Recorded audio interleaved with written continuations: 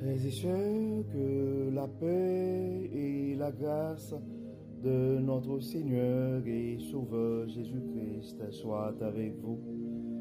Ici et WH Redemption Ministries pour notre dévotion matinale pour ce jeudi 5 septembre 2024. Toujours dans la mission de vous accompagner journée après journée, réveil après réveil, matinée après matinée, sur le chemin du royaume de Dieu. Car l'essentiel, frères et sœurs, est dans le royaume de Dieu. Oui, la protection est en Dieu. La guérison est en Dieu. L'abondance est en Dieu. La sagesse est en Dieu. Et surtout, l'espérance, frères et sœurs, est en notre Dieu. Et c'est pourquoi nous nous répétons à chaque instant, cherchons d'abord le royaume de Dieu et sa justice, et toutes les autres choses nous seront données en plus. Donc, bon réveil, mon frère, bon réveil, ma soeur. C'est ici la journée que l'Éternel a faite et qu'elle soit pour nous un sujet de gloire et de louange. Oui, frères et sœurs, à chaque fois que Dieu nous accorde cette opportunité de pouvoir nous réveiller, nous devons le louer. Nous devons rendre des actions de grâce, car beaucoup n'ont pas survécu cette nuit. Beaucoup ne se sont pas réveillés ce matin. Comme nous aimons le dire, frères et sœurs, si Dieu nous garde encore en vie, c'est parce que tout simplement, il a un projet pour nos vies. Oui, c'est pourquoi, frères et sœurs, à chaque fois qu'on a cette occasion de pouvoir commencer notre journée avec Dieu, nous avons intérêt à le faire. Et c'est ça la raison d'être de notre dévotion matinale. C'est donner l'occasion, l'opportunité à chaque frère, à chaque sœur de pouvoir débuter sa journée avec Dieu, d'avoir un réveil avec Dieu, car un réveil avec Dieu nous offre cette possibilité d'avoir une journée remplie de la faveur de Dieu. Et en accumulant des journées remplies de la faveur de Dieu, frères et sœurs, nous allons finir par avoir une année 2024 remplie de sa bonté, car l'année 2024 est décrétée l'année de la bonté de Dieu à AWH Redemption Ministries. Et si nous arrivons à accumuler des journées, des années remplies de la bonté de Dieu, ben nous allons finir par avoir une vie comblée de ses plus riches bénédictions sur plusieurs générations. Louons notre Dieu, frères et sœurs. Rendons grâce à notre Seigneur qui nous accorde la vie. Dans le psaume 29, le psalmiste dit, Fils de l'homme, rendez à l'Éternel gloire et honneur, rendez à l'Éternel gloire pour son nom. Prosternez-vous devant l'Éternel avec des ornements sacrés. La voix de l'Éternel retentit sur les eaux, nous dit la parole. Le Dieu de gloire fait gronder le tonnerre. L'Éternel est sur les grandes eaux, frères et sœurs. Donc la parole nous dit dans le verset 4, la voix de l'Éternel est puissante. La voix de l'Éternel est majestueuse, frères et sœurs. La voix de l'Éternel brise les cèdres. L'Éternel brise les cèdres du Liban. Il les fait bondir comme des veaux, et le Liban et le Sirion comme de jeunes buffles. La voix de l'Éternel fait jaillir des flammes de feu. La voix de l'Éternel fait trembler le désert. L'Éternel fait trembler le désert de Kadès. La voix de l'Éternel fait enfanter les biches. Elle dépouille les forêts. Donc dans son palais, la parole nous dit, frères et sœurs, tout s'écrit gloire. Donc l'Éternel était sur son trône, mon frère, lors du déluge. L'Éternel était sur son trône, ma sœur, lors du déluge. Donc l'Éternel sur son trône règne éternellement, nous dit le psalmiste. Donc l'Éternel donne de la force à son peuple. La force est en Dieu, frères et sœurs. L'Éternel donne de la force à son peuple.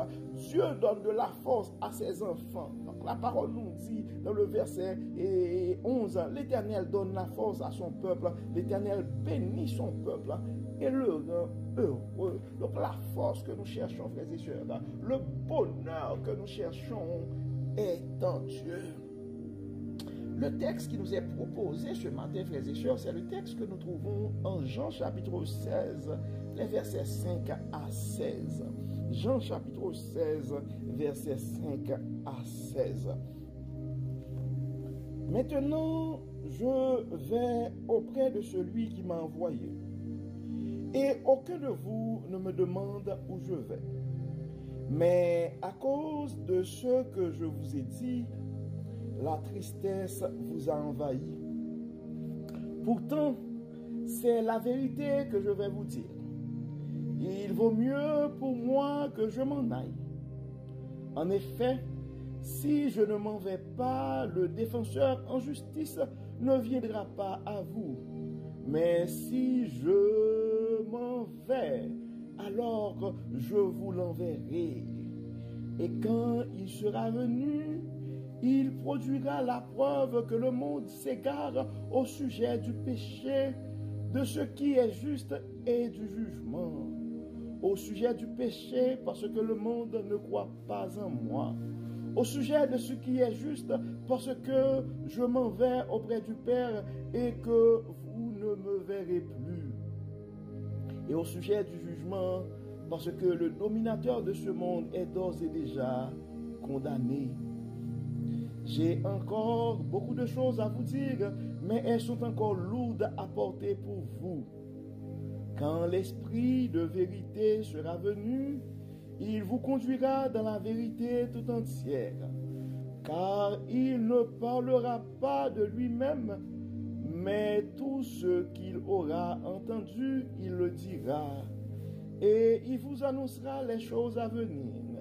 Il manifestera ma gloire, car il puisera dans ce qui est à moi, et vous l'annoncera. Tout ce que le Père possède m'appartient à moi aussi. Voilà pourquoi je vous dis qu'il puisera dans ce qui est là, ce qui est à moi, et vous l'annoncera. Dans peu de temps, vous ne me verrez plus, puis encore un peu de temps, et vous me reverrez. Nous venons de lire, frères et sœurs, le texte que nous trouvons en Jean chapitre 16, les versets 5 à 16. Et le titre de ce texte, nous avons lu la version La Bible du Semeur, et le titre de ce texte est l'œuvre du Saint-Esprit. Donc, au cours de ce passage, frères et sœurs, et Jésus parle un peu à ses disciples pour les expliquer, le moment de la séparation est venu, mais ne vous en faites pas, vous allez recevoir l'Esprit de vérité, et l'Esprit de vérité va vous révéler certaines choses. L'Esprit de vérité va vous révéler la vérité. Des fois, frères et sœurs, on a du mal à nous séparer de notre chair, ou d'une certaine habitude, ou d'un bien ou quelque chose, d'un acquis quelconque.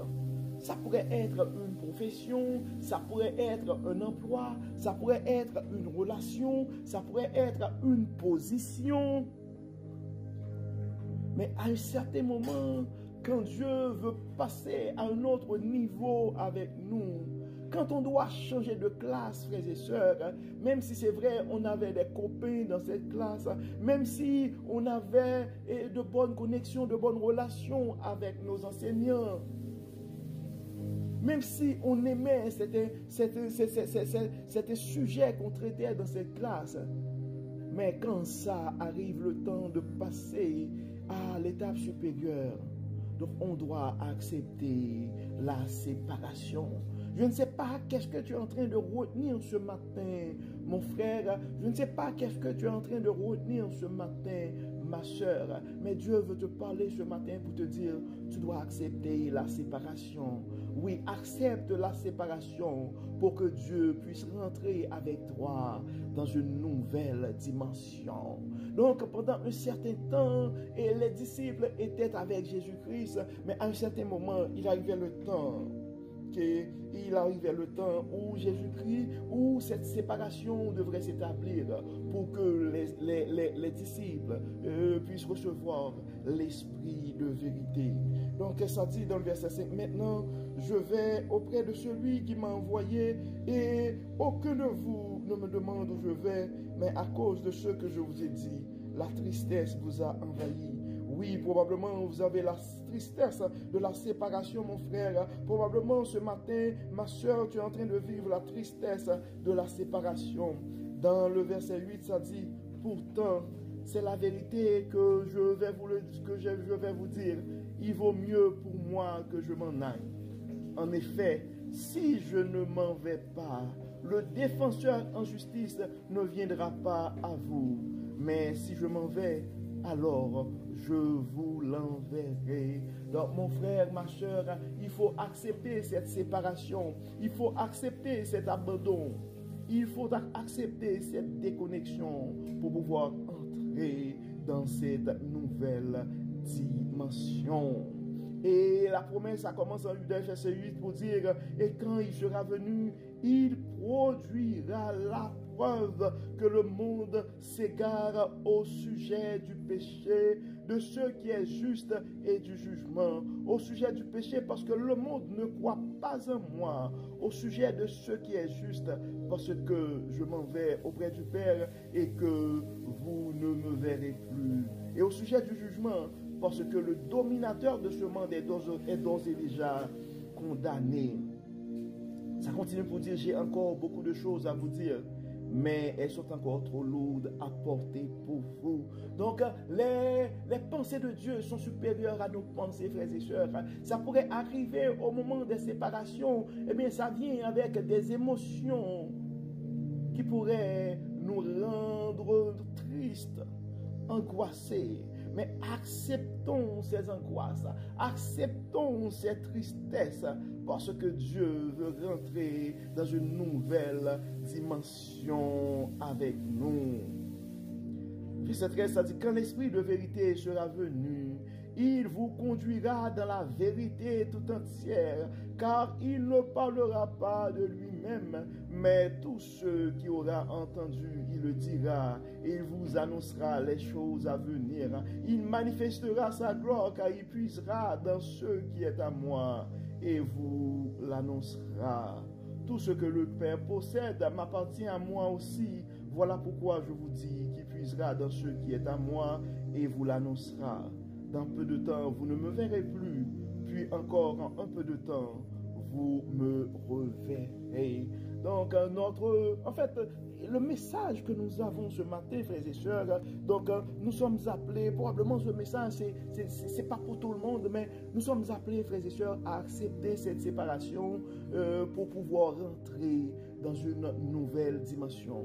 Et nous devons nous rappeler aussi que les pensées de Dieu sont supérieures à nos pensées. Ça pourrait arriver qu'il y a des choses qui arrivent que nous n'arrivons pas à tout comprendre présentement. Mais faisons confiance à notre Dieu, car des projets qu'il a pour nous, ce sont des projets de paix, des projets de bonheur. Car la parole nous dit dans le psaume 29, verset 11, l'Éternel donne la force à son peuple, l'Éternel bénit son peuple et le rend heureux. Donc notre prière pour toi ce matin, mon frère, c'est que Dieu puisse te donner la force et puisse nous donner la force pour accepter cette séparation qui va nous permettre de rentrer dans cette nouvelle dimension.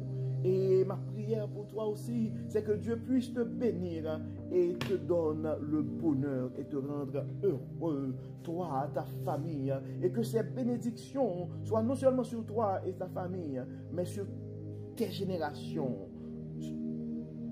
à venir. Donc, comme d'habitude, frères et sœurs, nous allons prier, nous allons remercier Dieu pour la manière qu'il n'arrête pas de nous enseigner, de nous révéler et sa parole. Et nous allons, comme d'habitude, prier. pour que Dieu puisse nous accorder sa force et nous bénir aussi. Prions Dieu. Dieu de bonté, Dieu de toute miséricorde, nous te disons merci pour ton amour, merci pour ta grâce, merci pour ta fidélité, merci Seigneur pour la manière que tu n'arrêtes pas de nous enseigner, de nous révéler ta sagesse, ta vérité. Merci Seigneur pour ta parole, merci Seigneur pour ton enseignement, merci Seigneur pour l'intelligence que tu nous donnes. Merci Seigneur pour le pardon de nos péchés, merci Seigneur d'avoir pourvu à nos besoins.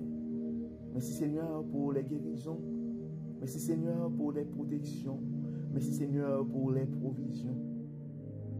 Dieu clément, nous te disons merci pour tout ce que tu as fait dans nos vies.